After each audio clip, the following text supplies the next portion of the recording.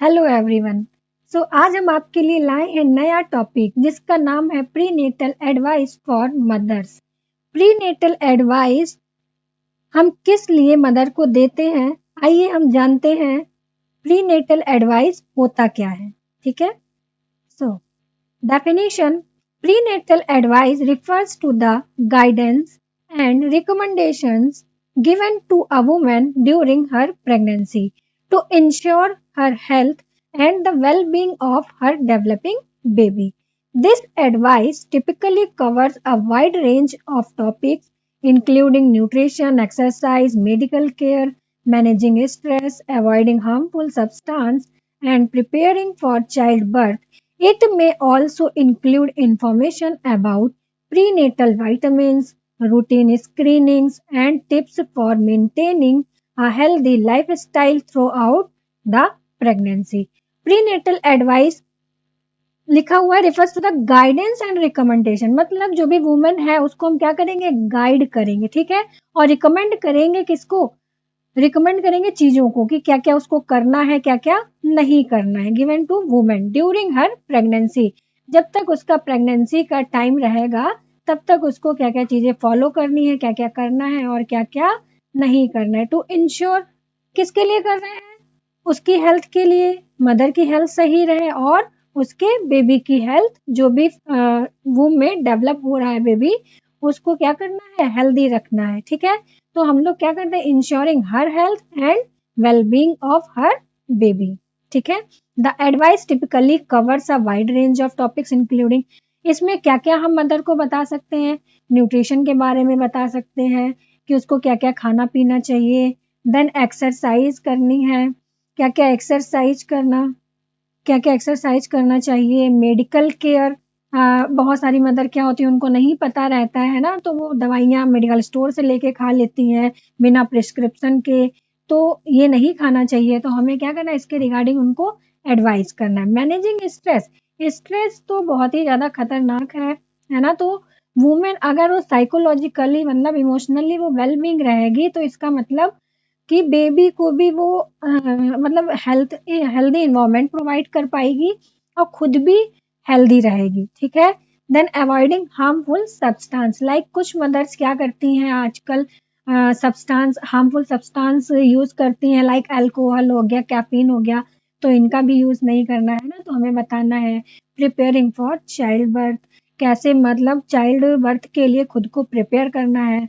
ठीक है, it may also include information about prenatal vitamins। ठीक है, पर प्रीनेटल वाइटामिन, क्या क्या वाइटामिन उनको चाहिए, रूटीन स्क्रीनिंग, जो भी टेस्ट लिखते हैं डॉक्टर, रूटीन चेकअप्स होते हैं उनको कैसे कराना है, and tips for maintaining a healthy lifestyle through out the pregnancy, और उनको बताना है कि कैसे वो थ्रू आउट मतलब जब तक उनकी प्रेगनेंसी चल रही है वो कैसे खुद को स्वस्थ रख सकती हैं। ठीक, तो आइए जानते हैं कुछ कंपोनेंट्स के साथ। फर्स्टली क्या है, डाइट एंड कैलोरी रिक्वायरमेंट, कि एक वुमेन को क्या क्या डाइट लेनी चाहिए, कितना कैलोरी रिक्वायरमेंट होता है। नॉर्मली तो सबको ही रिक्वायरमेंट होता है, लेकिन जब प्रेगनेंसी का टाइम होता है तो इसमें एडिशनल सप्लीमेंट्स हमको लेने चाहिए।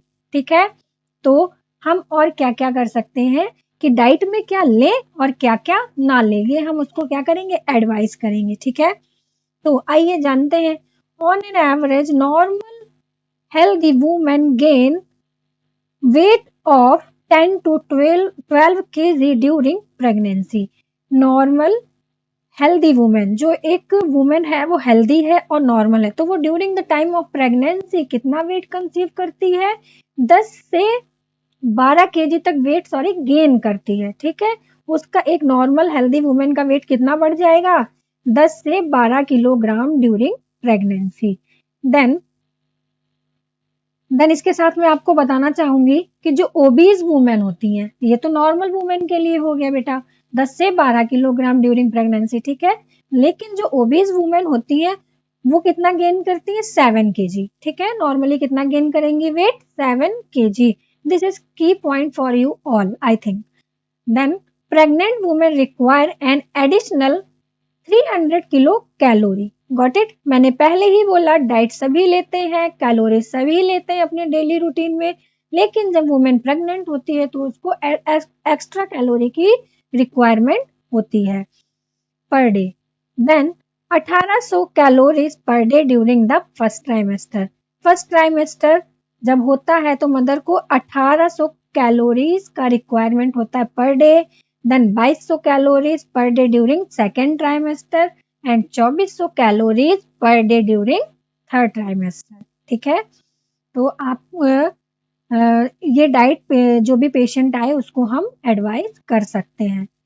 ठीक है, then what to eat what not to eat, हम क्या क्या खा सकते हैं क्या क्या नहीं खा सकते हैं। ग्रीन लीफी वेजिटेबल्स हो गया, हम खा सकते हैं। बीन्स हो गया, लेंटिल्स हो गया, dry fruits, milk, yogurt, fruits, है ना, ये सारी चीजें हम खा सकते हैं। हम जैसे कि यहाँ पे आ गए fruits.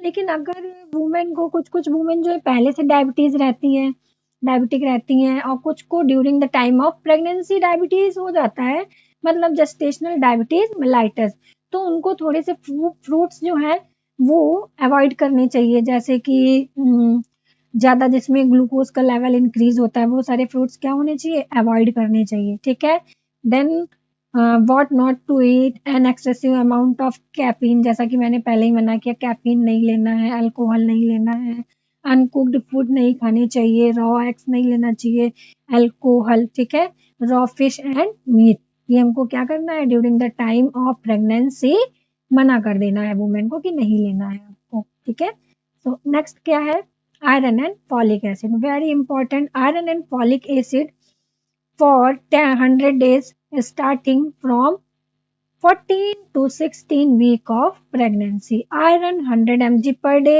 folic acid 500 mcg per day। बेटा मैं यहाँ पे एक बात बताना चाहूंगी, जो फॉलिक एसिड होता है ना, वो जो भी काउंसलिंग होती है, अगर वुमेन पहले ही आ जाती है आपके पास कि हम प्रेगनेंसी करना चाह रहे हैं, हमको कुछ एडवाइस करिए, तो हम उसको folic acid before 1 month, pregnancy conceive करने से पहले ही 1 महीने से एडवाइस कर देते हैं फॉलिक एसिड खाने के लिए। ठीक है, फॉलिक एसिड की कमी से क्योंकि बेबी को प्रॉब्लम हो जाती है, लाइक स्पाइना बाइफिडा हो गया, है ना, तो ये सारी प्रॉब्लम जो होती है स्पाइनल कॉर्ड की, ये नहीं रहती हैं।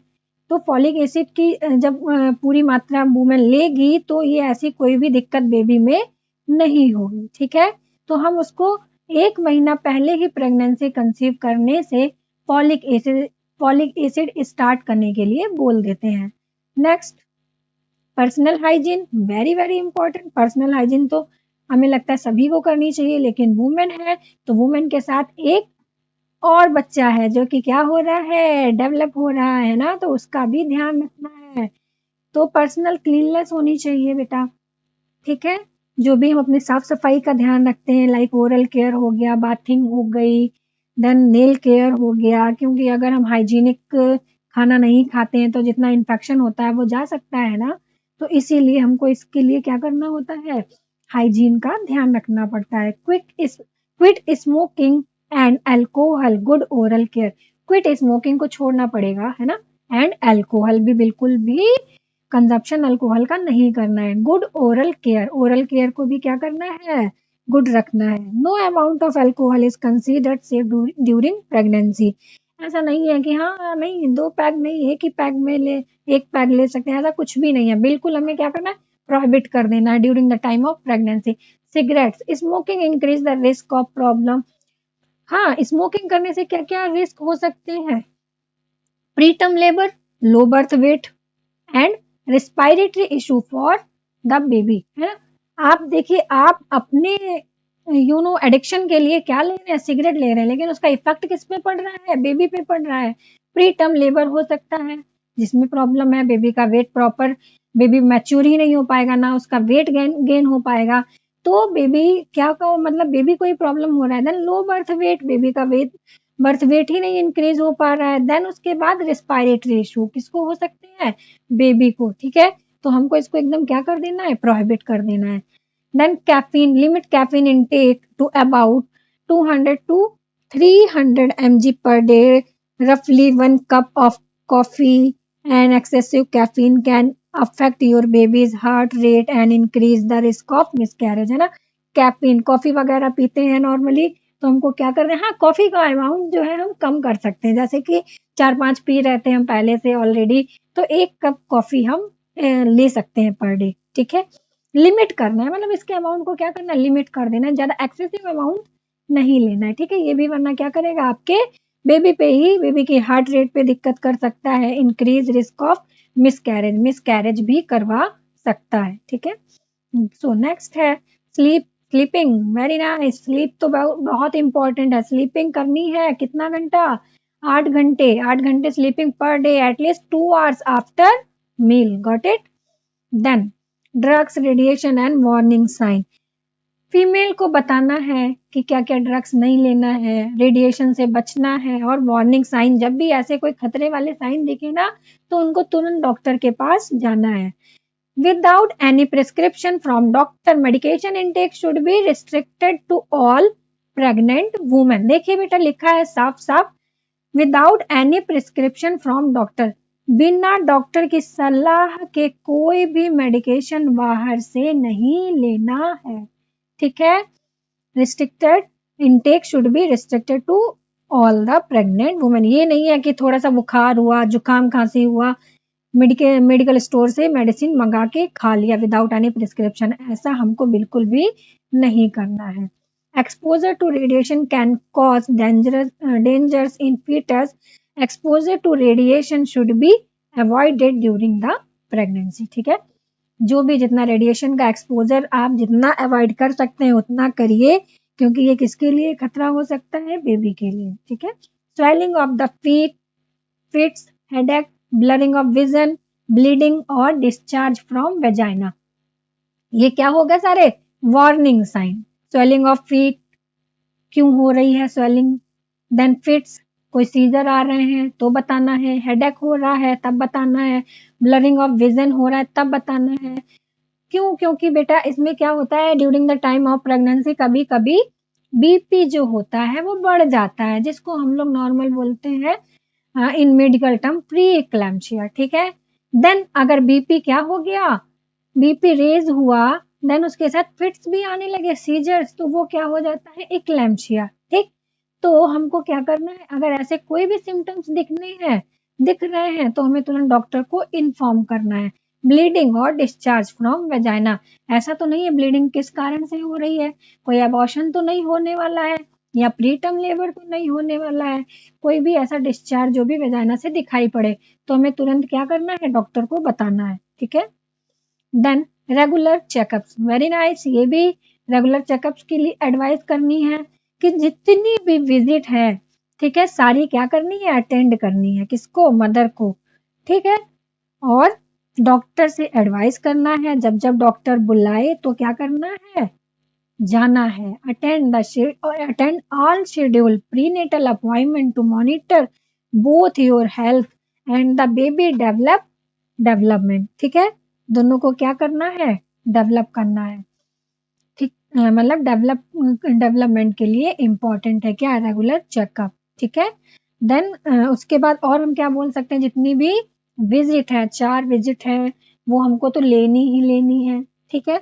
और देन उसके बाद जो भी स्क्रीनिंग है वो पर्टिकुलर करानी ही करानी है, देन जो भी डॉक्टर एडवाइस करते हैं वो हमें सारा कुछ फॉलो करना है।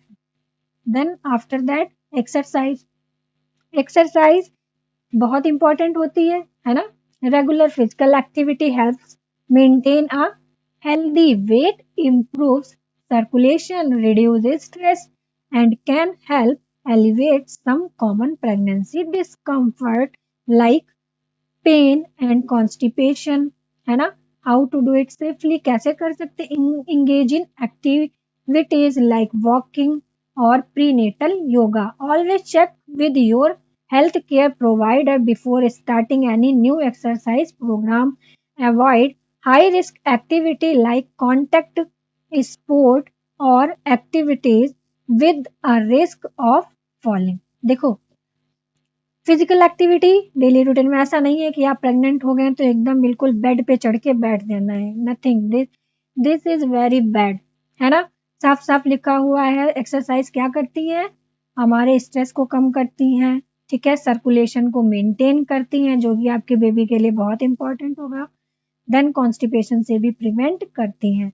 देन इसको हम क्या करते हैं, अपने आप को एक्टिविटी में इंक्रीज करते हैं। सिर्फ वॉकिंग करनी है, थोड़ा बहुत हम चल सकते हैं, योगा कर सकते हैं, बहुत सारी एक्सरसाइज होती हैं, मतलब एंटीनेटल एक्सरसाइज जो भी होती हैं, कीगल एक्सरसाइज हो, सॉरी ये वॉकिंग कर सकते हैं, और टेलरिंग एक्सरसाइज हो गई, है ना। तो ये सारी एक्सरसाइज हम क्या कर सकते हैं, ये सेफली परफॉर्म कर सकते हैं। चेक करा सकते हैं with your health care provider before starting any new exercise. अगर हम कोई भी न्यू एक्सरसाइज स्टार्ट कर रहे हैं खुद से, तो हम क्या करते हैं, हेल्थ केयर प्रोवाइडर को बता के स्टार्ट करते हैं। Avoid high risk activity like contact sport activity. ऐसा नहीं है आप प्रेग्नेंट हैं और फिर क्या कर रहे हैं, पार्टिसिपेट कर रहे हैं किसमें, स्पोर्ट्स में, तो इसको क्या करना है, एकदम अवॉइड करना है ना। ओके, तो आज हम लोगों ने पढ़ा प्रीनेटल एडवाइजेस।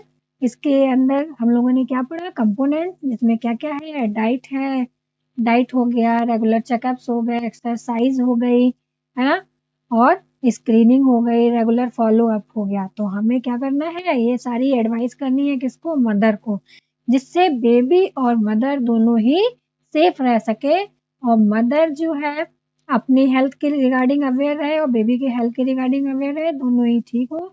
देन इसके बाद हम क्या करा सकते हैं, नॉर्मल डिलीवरी प्रोसेस करवा सकते हैं। So thank you so much, आशा करते हैं आप लोगों को ये क्लास समझ में आई होगी। Thank you.